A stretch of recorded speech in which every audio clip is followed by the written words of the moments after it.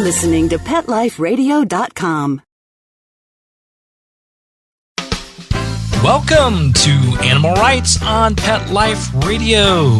This is your host, Tim Link, and I'm so glad you're joining us today. We've got another wonderful show today for you, and my special guest today is founder and executive director of Canine Assistance.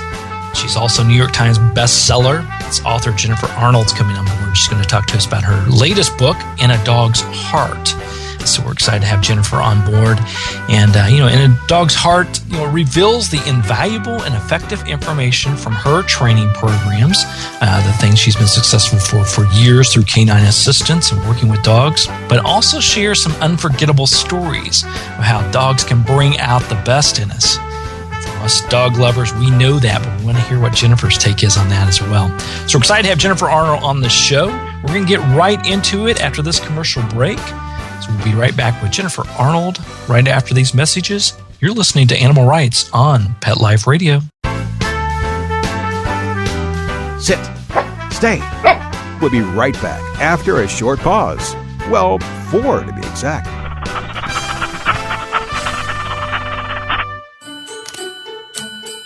Is the coast clear? Yes. Let's go. Are you sure they went to Petco? Where else would they go? Oopsie. Calm down. I smell presents. Go to PetLifeRadio.com/Petco and get $6 off your order of $60 or more and up to 40% off hundreds of holiday items at Petco. PetLifeRadio.com/Petco. Uh-oh, step on it. Okay. Oh, not on my tail. Petco, where the pets go. Dyson. The new Dyson Animal Vacs are powerful bagless upright vacuums for homes with pets. Air muscle and radio root cyclone technology generates the strongest suction power to powerfully remove dust, dirt, and pet hair from the home or car. To order your Dyson Animal Vac, go to PetLifeRadio.com/Dyson. PetLifeRadio.com/Dyson to order your Dyson Animal Vac today. Dyson, music to your ears. Hi everybody, I'm Megan Blake here with my sidekick, Super Smiley, the giant mutt and spokes dog for throwaways. You're listening to Pet Life Radio, and I'd like to tell you about our brand new show, A Super Smiley Adventure. Our show explores adventures with animals. They can be traveling, out in the world trips, or inner journeys where our animals lead us to inspiration and self-discovery, or just plain fun adventures. Join us here on Pet Life Radio on A Super Smiley Adventure. Good boy. Let's talk pets on PetLifeRadio.com. Welcome back. Welcome back to Animal Rights on Pet Life Radio. This is your host, Tim Link. And joining me now is Jennifer Arnold, who has her recently released book, In a Dog's Heart, What Our Dogs Need, Want, and Deserve, and the gifts we can expect in return. So, Jennifer, welcome to the show. Thank you for having me. Oh, it's our pleasure. We definitely love the work that you're doing at Canine Assistance, and we'll talk a little bit more about that. But I want you to tell me a little bit more about your latest book, In a Dog's Heart. Tell us about the book, and tell us about how you came to write the book.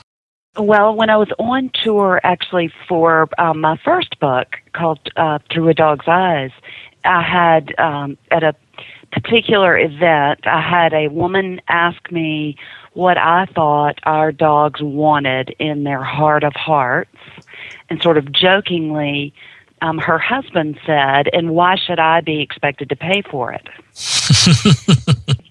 And I thought, those are kind of valid questions. The wife's more than the husband's, but for dog lovers.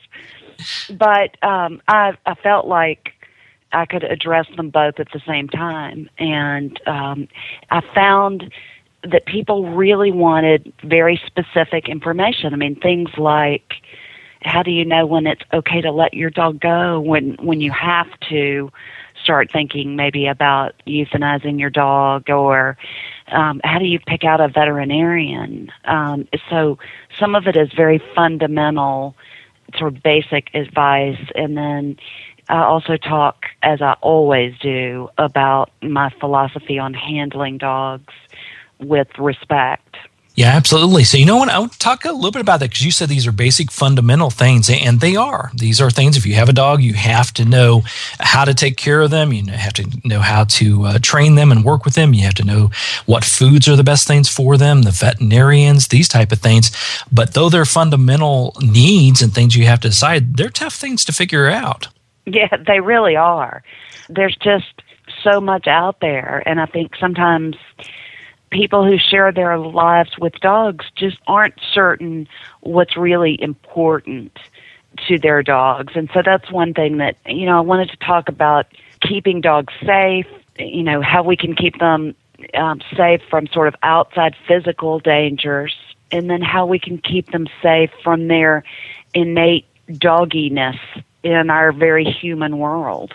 So I talk about things like teaching a gentle mouth and similar important sort of social skills that dogs need to know. Right, because the gentle mouth, that's a big part of it, because a lot of the dogs you work with are golden retrievers and larger breeds, and we know that they're mouthy. They love the texture. They love to chew on the bones, grab the balls, and actually they'll like to mouth your hands and your arms as sort of a wave of love and affection. But how do you teach them to be a little bit more gentle in that aspect? Well, one of the things that we believe as we're raising puppies, that teaching bite inhibition is critical for any breed, because puppies can learn that when their teeth hit human skin, they have to release.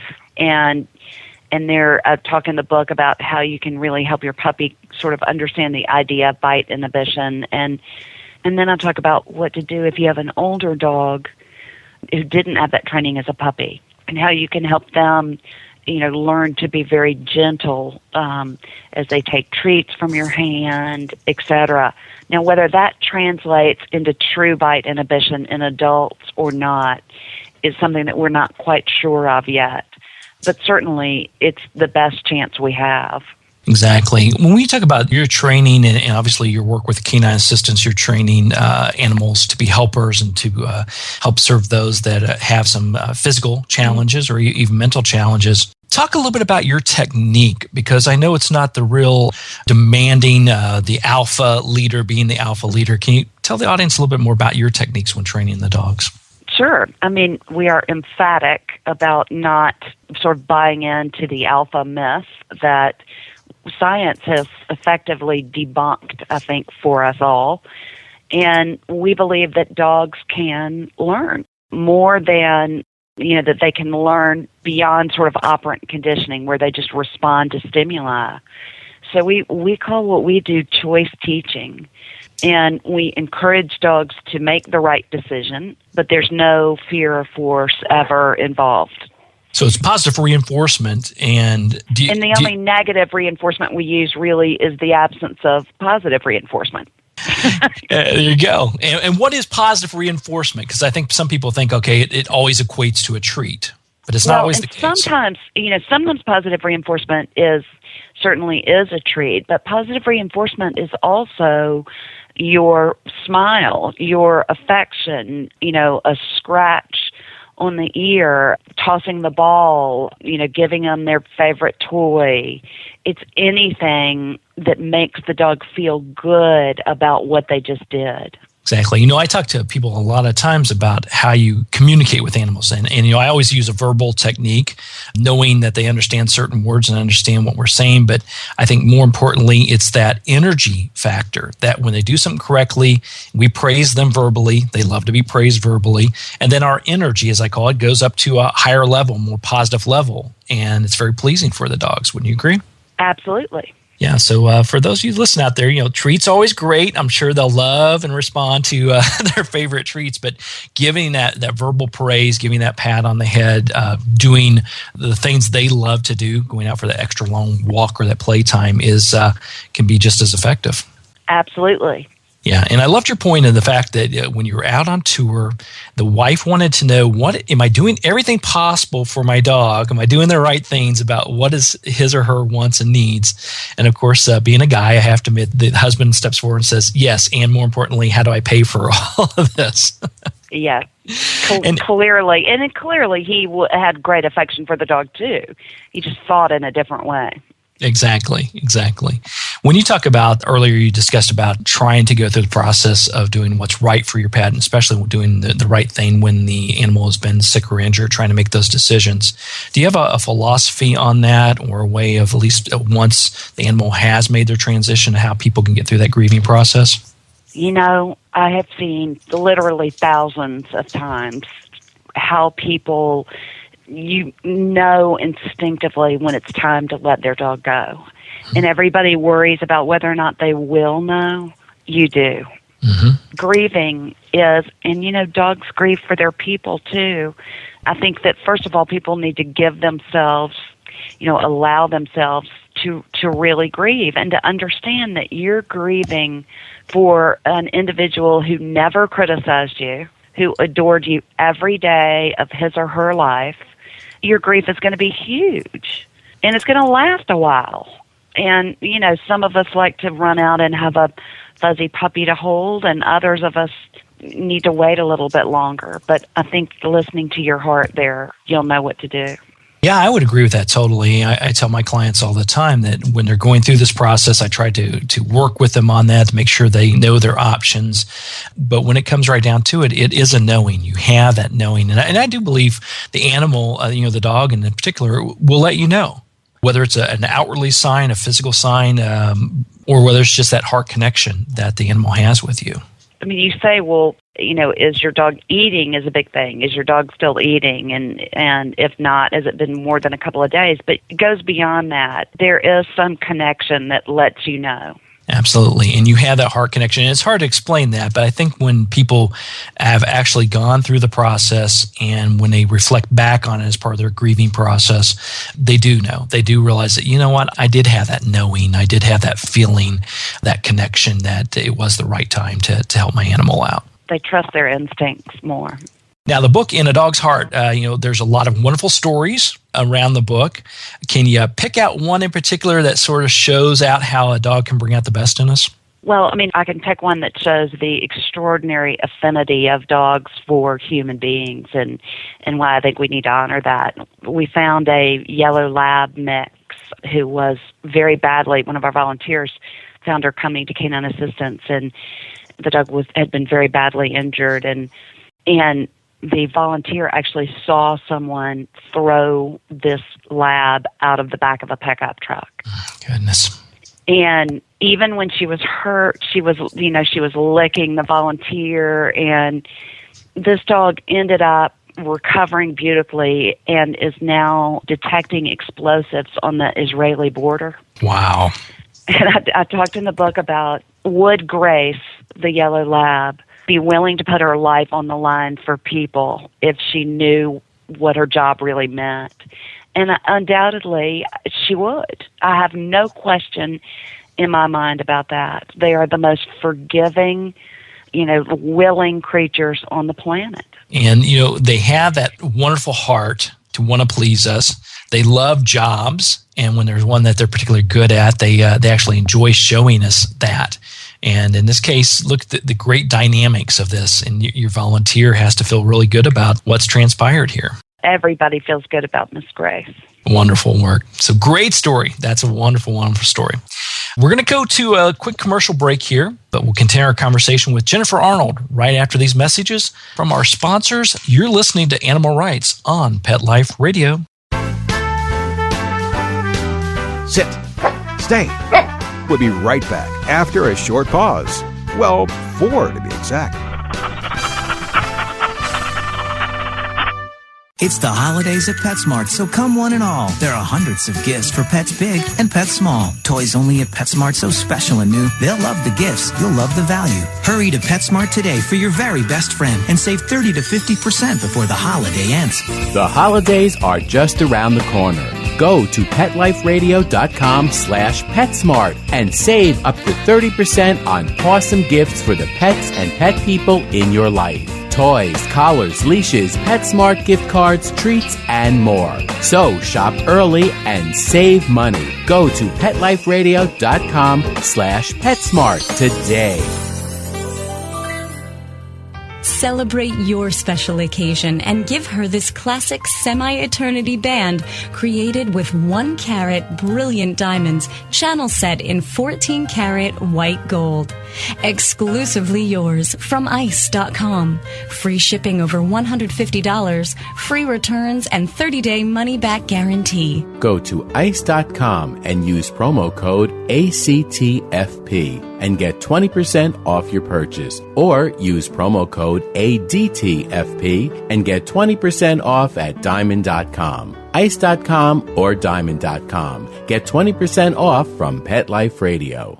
Love your pets but wish their medications were a lot less expensive? They are at 1-800-PET-MEDS. You'll not only save on flea and heartworm medications, but on prescriptions for arthritis, incontinence, thyroid, and more.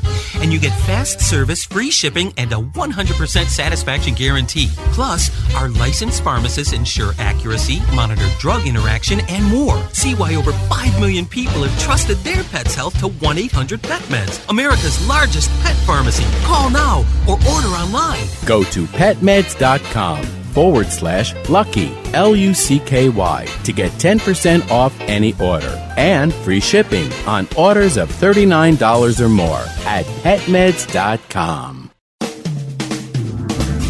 Hi, this is Marcy Davis and my service dog Whistle, and we're your hosts of Working Like Dogs on Pet Life Radio. Working Like Dogs is the show where you can learn everything you ever wanted to know about working animals or working dogs. Whether you're a member of a working dog team or you've just seen a working dog or animal out at the mall or the grocery store and you're curious about how these amazing animals work with their human partners, then Working Like Dogs is the show for you. Join us for the inside scoop at Working Like Dogs on PetLifeRadio.com.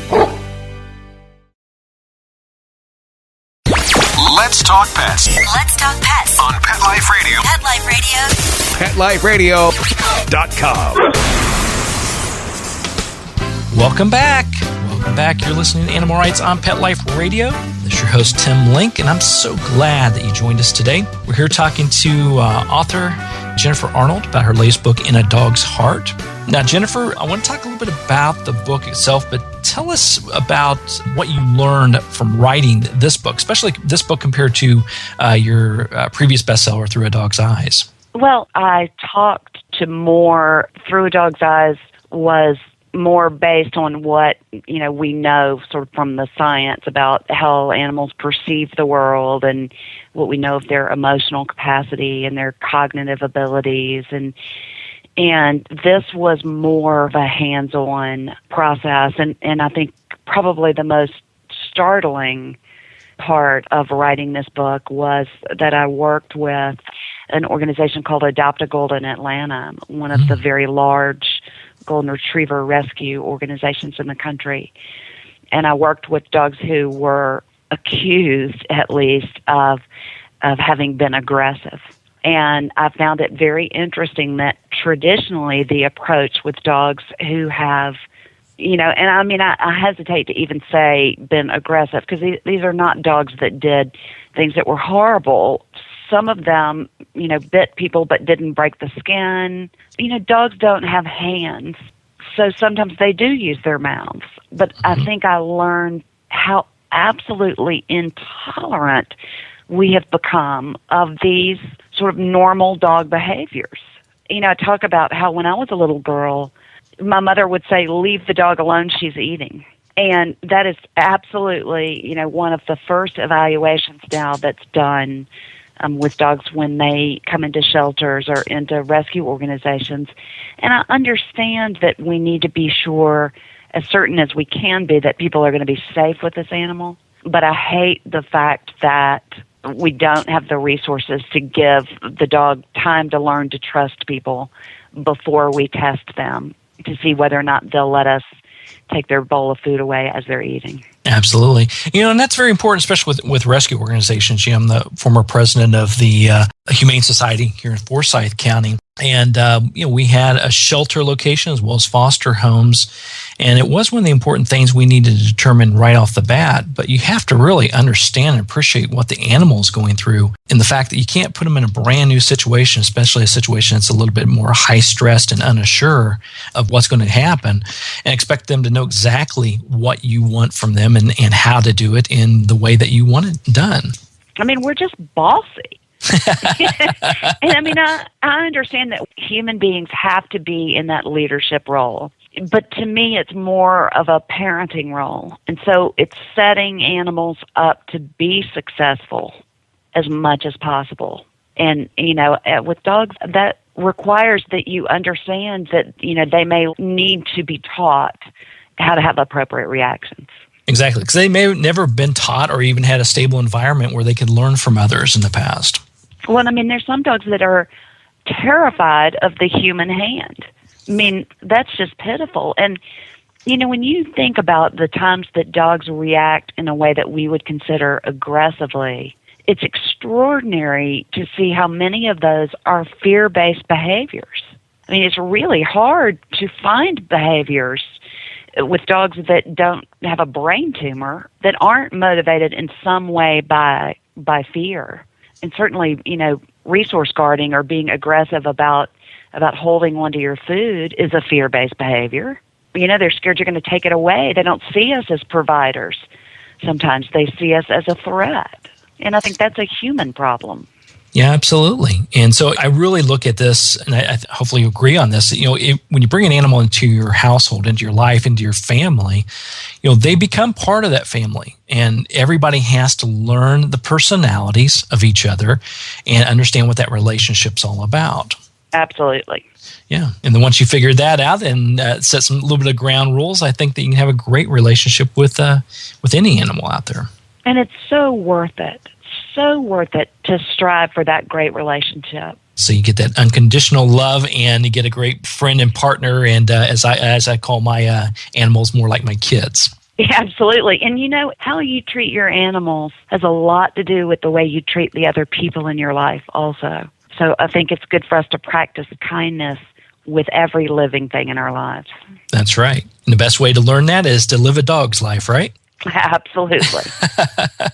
Now, Jennifer, if you had one thing that you'd like the readers to walk away from after reading In a Dog's Heart, what would you like to have the readers walk away with?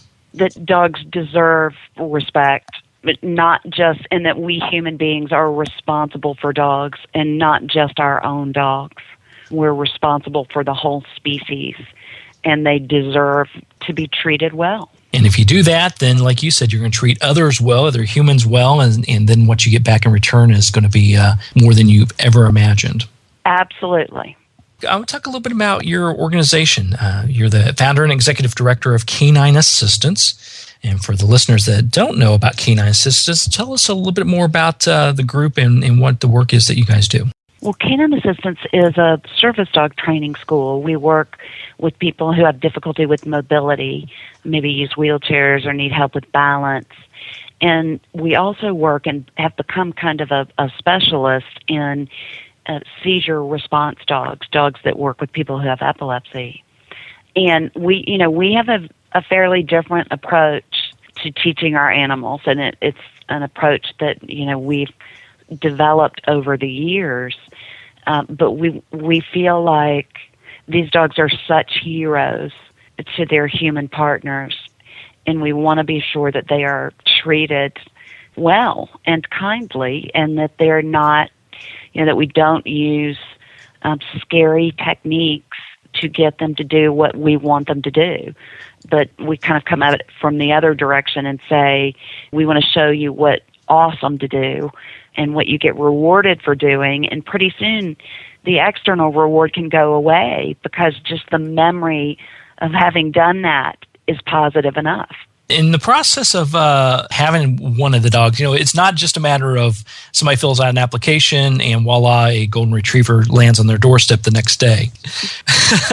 You guys go through a really detailed process to make sure there's a good fit not only for the human but also for the dog as well. Well, it takes us about 18 months to raise each dog. We don't use puppy raisers here, although I think puppy raisers are fantastic human beings, we worry about, sort of the emotional stress on the dog and on the family having to be separated, after they've been raised in a particular home. So our dogs all grow up on the farm, and we have local volunteers that acclimate them to home environments. And so they go through about an 18-month process. Our recipients on the other side, fill out an application, and then every application is evaluated and given a numerical ranking based on how much a dog can do to help physically, socially, and emotionally, and how appropriate the placement is for a dog. So it's not first come, first serve. And once a person makes it to the top of the waiting list, there is no charge at all. And you really can't buy a dog, because when we get really scared about money, we start just letting people who could afford to pay come. So the deal is that we take responsibility for the funding part. And when you make it to the top of the waiting list, you come to a 2-week training camp in gorgeous Milton, Georgia, north of Atlanta, and you find your dog, and then we spend time helping you learn how to work with your dog. And then it's sort of an ongoing process after that. From my understanding, you not only when the dog, there's the right fit and the dog goes home, we want to make sure that there's still a good fit in that home environment. Absolutely. We stay in touch there, and we feel very strongly that, the dogs deserve the best possible care. So if a family cannot afford to provide adequate food or veterinary care, we will do food, vet care, and recurrent training for the life of the dog. Wow, that's fantastic. And to date, approximately how many dogs have you placed with needy people? We have over 1,100 that are out working, and 126 currently in training. That's fantastic. So that's great work. So congratulations on all your great efforts there as well. Thank you. It's a nonprofit organization, Canine Assistance. Tell people how they can find out more about the program and how they can help out. We can either like us on Facebook. The page is just Canine Assistance, or our website is canineassistance.org. So it's canineassistance.org, or like us on Facebook, which is Canine Assistance, and we'll post all this on air as well. And I encourage people to reach out, help out any way you can. This is a great organization doing great work, helping people that definitely need it, and finding great animals to fulfill their needs and their heart connections as well. Thank you. The new book is In a Dog's Heart, What Our Dogs Need, Want, and Deserve, and the Gifts We Can Expect in Return. Where can listeners find out more about the book and find out a little bit more about you, Jennifer Arnold? The information will be on the Canine Assistance Facebook page and on the website. So everybody check that out. Get a copy of the book. You'll be pleasantly thrilled with having the book. Great techniques in here, great insights through all of Jennifer's hard work and years of experience, as well as some wonderful stories to tie it all together. So it's another great book that you put together, and congratulations on having it out there, and good luck with everything. Well, that's a true compliment, because I loved wagging tails. So for you to say nice things means a lot. Oh, thank you. I appreciate that. I appreciate that very much. Well, we're all out here trying to help those beautiful animals out, and everything we can do is going to be a positive in return. I'm with you. So once again, thanks to Jennifer Arnold for being on Animal Rights on Pet Life Radio today. We're coming to the end of the show, but I'd like to thank the listeners for listening to Animal Rights on Pet Life Radio. I want to thank Jennifer Arnold once again. Everybody go out and pick up a copy of the book, In a Dog's Heart. It's available in all major retailers and online, so you'll be pleased that you did. Thanks to our sponsors and producers for putting on a wonderful show and making this all possible. We really, really appreciate that. To find out more about me, Tim Link, and other guests I've interviewed, and all the wonderful shows and all the wonderful work we do, you can visit the Animal Rights Show on Pet Life Radio. That's at PetLifeRadio.com. Download this episode and all of the other episodes, and while you're there, listen to some of the other wonderful shows and hosts that we have on Pet Life Radio. It's PetLifeRadio.com. If you have any questions, comments, or ideas for the show, please email me. You can email me at tim@PetLifeRadio.com. That's tim@PetLifeRadio.com, and I'll be glad to answer any questions you have, entertain any comments you have, any ideas for the show, and any guests that you want to see on the show. We'll do our very best to get them on here. So until next time, write a great story about the animals in your life and share it in a blog, article, or in a book. And who knows, You may be the next guest on Animal Rights on Pet Life Radio. Have a great day. Let's Talk Pets, every week on demand, only on PetLifeRadio.com.